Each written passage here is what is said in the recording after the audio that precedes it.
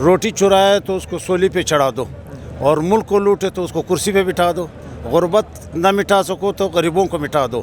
یہی وہی گورنمنٹ ہے میرے جہاں تک میرا خیال ہے۔ اس کے باوجود 9 سیٹوں میں سے 8 سیٹیں خان صاحب جیتے ہیں، پھر بھی شرم نہیں ان کو، گورنمنٹ نہیں چھوڑنے کی کوئی وہ نہیں ہے۔ مریم صاحبہ جو دن کی 5 لاکھ روپے کی میک اپ کرتی ہے، انہوں نے اپنا پاسپورٹ اور اپنی چیز کلیئر کر کے لندن میں بیٹھے، اور شہباز شریف ایسی غریب اور عاجز بندہ ہے، میں کہتا ہوں کہ ان کو تو فقیر ہی ہونا چاہیے اور کچھ نہیں ہونا چاہیے۔ اب وہ اس لیے رو رہا ہے، اس لیے جو چرچا کر رہا ہے، شور شرابہ کر رہا ہے کہ اگر عمران خان صاحب آئیں گے تو ہماری چوریاں ساری دنیا کو نمایاں ہو جائے گی۔ ان کے خلاف انہوں نے جو نیب کے کیسز تھے، انہوں نے اس لیے گورنمنٹ لیا کہ یار ہمارے نیب کے کیسز ختم ہوئے، نیب کے۔ اور دوسری بات، جب توہین رسالت ہوا تو مولانا صاحب نکلے، خان صاحب نے صرف اسرائیل کے وزیر اعظم سے بات کی تھی فون پہ، تو مولانا صاحب نکلے، مولانا صاحب نے گاڑیوں کو نظر آتا اور دکانوں کو توڑ پھوڑ کیا، شہر میں ہڑتال اسٹرائک کیا، خان صاحب پر مختلف فتوائیں لگایا کیا۔ سب سے پہلے آپ لوگوں کا شکریہ ادا کرتا ہوں کہ آپ نے ہمیں بولنے کا موقع دیا۔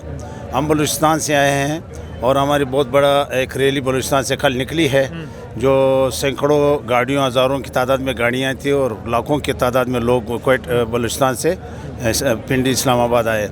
تو انشاءاللہ یہ ریلی ہماری رہے گی، ادھر ہی ہمارے سارے ورکرز اور سارے ممبرز اور سارے پی ٹی آئی کے ٹائیگرز جب تک اسلام آباد جائیں گے انشاءاللہ ہم خان صاحب کے ساتھ ہیں۔ اور میں سب سے پہلے یہ بتاؤں کہ میں پی ٹی آئی بلوچستان کا سپورٹس کا صدر ہوں اور میں پرائڈ آف پرفارمنس ہوں۔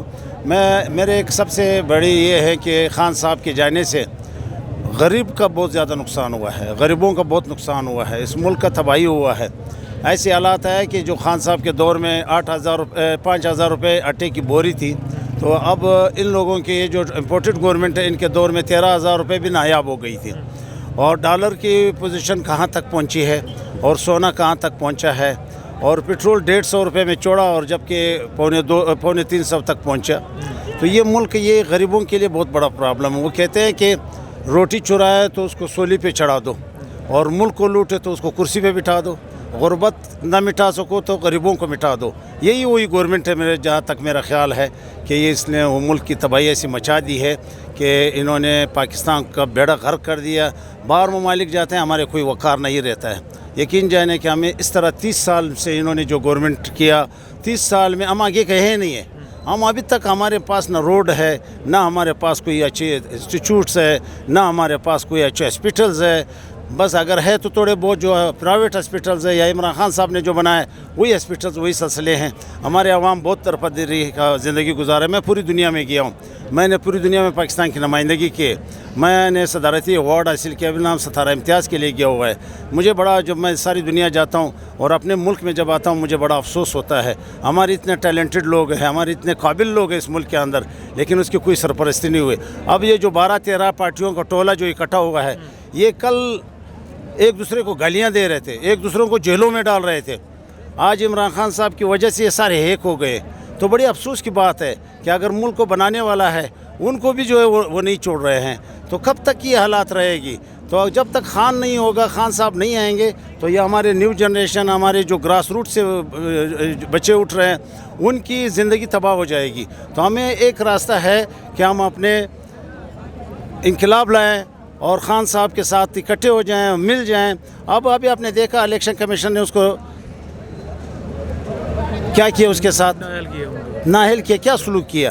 اب وہی الیکشن کمیشن بھی ساتھ ملا، گورنمنٹ مشنری بھی ساتھ تھی، پولیس بھی ساتھ تھی، سب گورنمنٹ ان کے ساتھ تھی۔ اس کے باوجود 9 سیٹوں میں سے 8 سیٹیں خان صاحب جیتے ہیں، پھر بھی شرم نہیں ان کو، گورنمنٹ نہیں چھوڑنے کی کوئی وہ نہیں ہے۔ اور دوسری بات، جب توہین رسالت ہوا تو مولانا صاحب نکلے، خان صاحب نے صرف اسرائیل کے وزیر اعظم سے بات کی تھی فون پہ، تو مولانا صاحب نکلے، مولانا صاحب نے گاڑیوں کو نظر آتش کیا اور دکانوں کو توڑ پھوڑ کیا، شہر میں ہڑتال اسٹرائک کیا، خان صاحب پر مختلف فتوائیں لگائے۔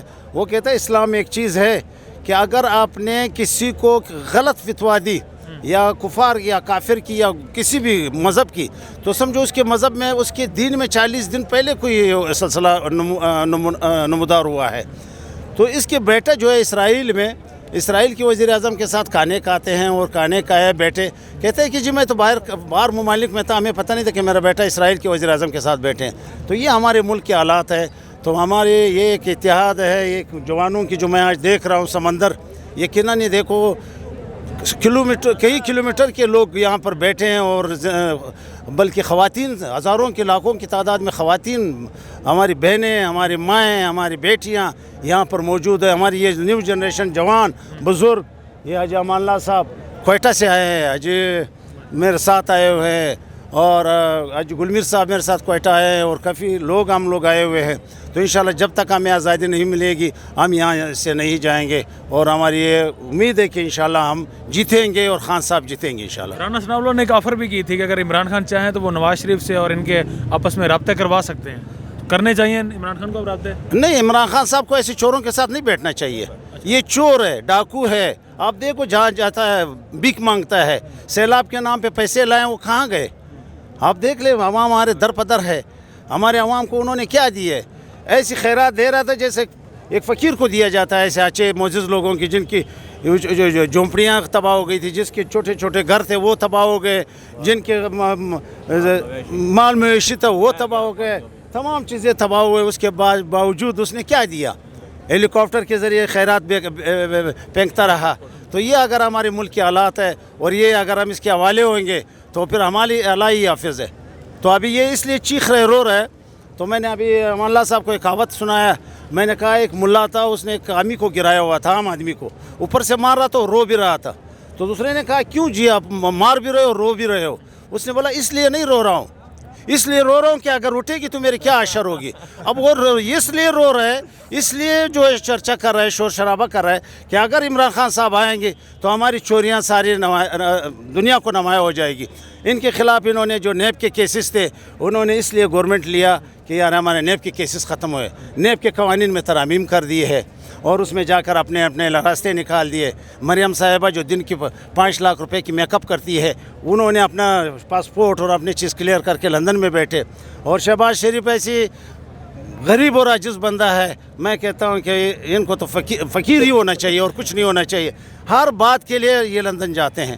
لندن میں وہ بیٹھا ہوا ہے بڑا چور, اور اس چور کے سپورٹ کے لیے یہ ہمیشہ جاتا ہے, اور پاکستان کی دولت کو تباہ کر رہا ہے, اور اس کے جہازوں پہ, اس کے ٹکٹوں پہ, ان پہ نالت ہوئے. اور اسی طرح آصف زرداری ہے, بلاول ہے, بلاول کے نام ہے 50 نام ہے, بلاول زرداری ہے, پتہ نہیں ماں کا نام چل رہا ہے یا باپ کا نام چل رہا ہے. تو اس کے تو ابھی تک یہ معلوم نہیں ہے, نہ نر کی پتہ ہے نہ مادی کی پتہ ہے کہ وہ میل ہے یا فیمیل ہے. اس قسم کے لوگ اگر ہمارے اوپر آتے ہیں, جن کو جو ہے اپنے پاکستانی ہوتے ہوئے اپنے ملک کی اور قومی زبان ان کو نہیں آتے, ان کو شرم ہونی چاہیے. وہ عمران خان جیسی شخصیت پر اور خان جیسے مجاہد پر بھی جو ہے وہ انگلیاں اٹھاتے ہیں, ان کے لیے بہت شرم کی بات ہے. Thank you sir.